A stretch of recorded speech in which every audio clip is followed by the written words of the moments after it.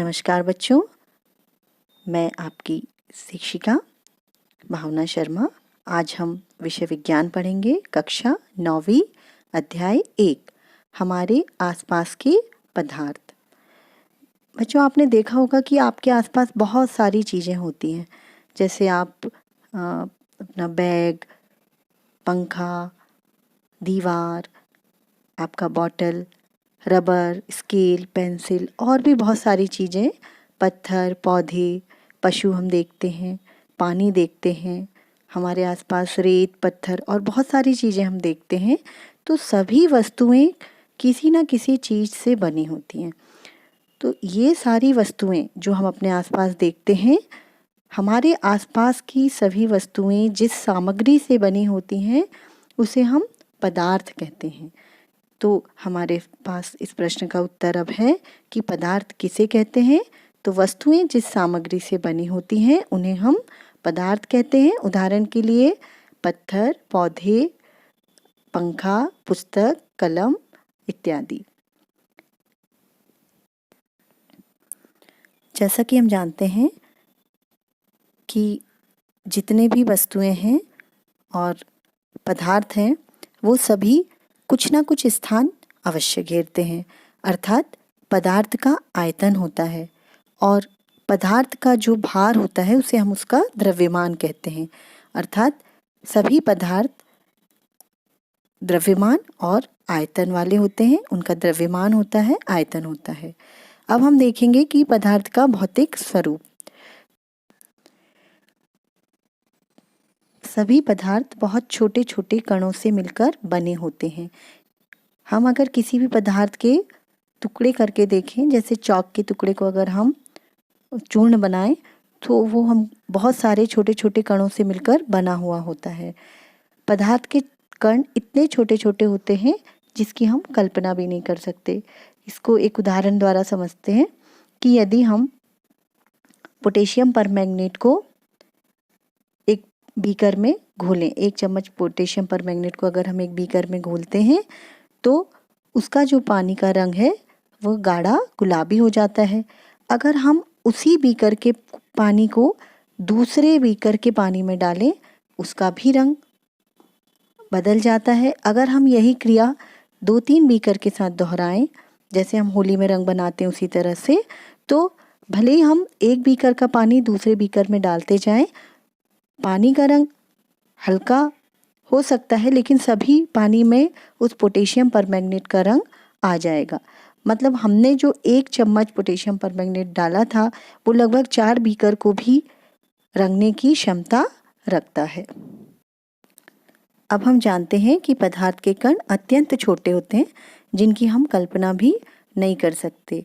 जैसे हम ये छोटे होने के बावजूद भी उनका द्रव्यमान होता है और आयतन होता है, अर्थात वो स्थान घेरते हैं। जैसे गुब्बारे में भरी हुई हवा गुब्बारे के अंदर स्थान घेरती है। अगर हम गुब्बारे में से हवा निकाल दें तो उसका स्थान कम हो जाता है। इससे सिद्ध होता है कि हवा भी स्थान घेरती है। और हम जब सिलेंडर लेकर आते हैं घर में तो उसमें भी हमको सिलेंडर का भार लिखा हुआ दिखाई देता है कि उसमें इतने लीटर गैस भरी हुई है। इसका मतलब उसका भी द्रव्यमान होता है। पदार्थों के कणों के अभिलाक्षणिक गुण। अभी हमने पढ़े पदार्थ के भौतिक गुण, अब हम पढ़ेंगे उसके अभिलाक्षणिक गुण। तो सबसे पहला गुण है कि पदार्थ के कणों के बीच रिक्त स्थान होता है। अगर हम इसके लिए एक उदाहरण लें कि अगर हम घर में एक बीकर लेते हैं या ग्लास लेते हैं, उसमें पानी लेते हैं और उस पानी में अगर हम 1 चम्मच नमक घोलते हैं तो नमक उस पानी में कहाँ घुल जाता है हमें पता नहीं चलता, यानी पानी का स्तर बढ़ता नहीं है। इससे हमें ये पता चलता है कि जल के कणों के बीच में रिक्त स्थान होता है जिसमें नमक समाहित हो जाता है। इसी तरह अगर हम पानी में पोटेशियम परमैंगनेट घोलते हैं तो पोटेशियम परमैंगनेट के कण जल के कणों के साथ घुल मिल जाते हैं और पानी का रंग बदल जाता है। दूसरा अभिलाक्षणिक गुण है पदार्थ के कण निरंतर गतिशील होते हैं। अर्थात पदार्थ के कण गति करते रहते हैं। उदाहरण के लिए जब हम अगरबत्ती जलाते हैं तो उसकी सुगंध लेने के लिए हमें उसके पास नहीं जाना पड़ता। हम जिस जगह पे भी होते हैं हमें उसकी सुगंध आती है। और इसी तरह अगर हम एक बीकर में या एक बकेट में पानी हो, उसमें हम थोड़ी सी स्याही डालते हैं, नीली, लाल, किसी भी कलर की, तो वो फैलकर पूरे बीकर के पानी को या बाल्टी के पानी को रंगीन कर देती है। इसका मतलब पदार्थ के कण गतिशील होते हैं। हमें अन्य और कई प्रकार की जो सुगंध आती है वो इसी गतिशीलता के कारण आती है, और जैसे जैसे ताप बढ़ाते हैं वैसे वैसे कणों की गति बढ़ती जाती है।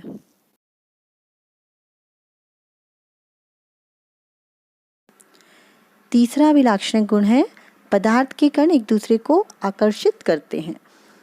पदार्थ के कणों के बीच एक प्रकार का बल कार्य करता है जो इन कणों को एक साथ रखता है।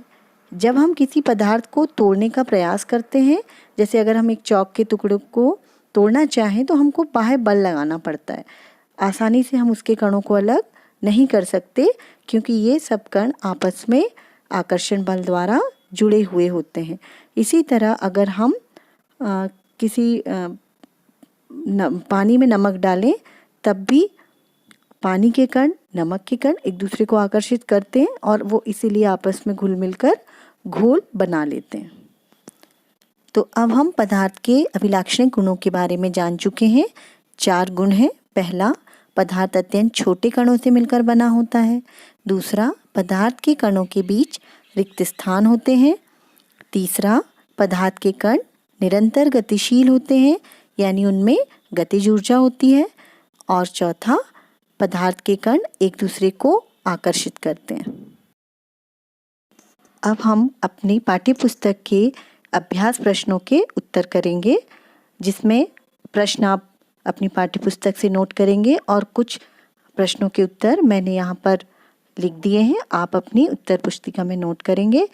और यदि आपको इससे संबंधित कोई भी डाउट्स हैं या कोई प्रश्न है आपके, तो आप मुझे कमेंट बॉक्स में जाकर भी पूछ सकते हैं और इसे आप नोट करेंगे। अब हम मिलेंगे हमारे अगले वीडियो में।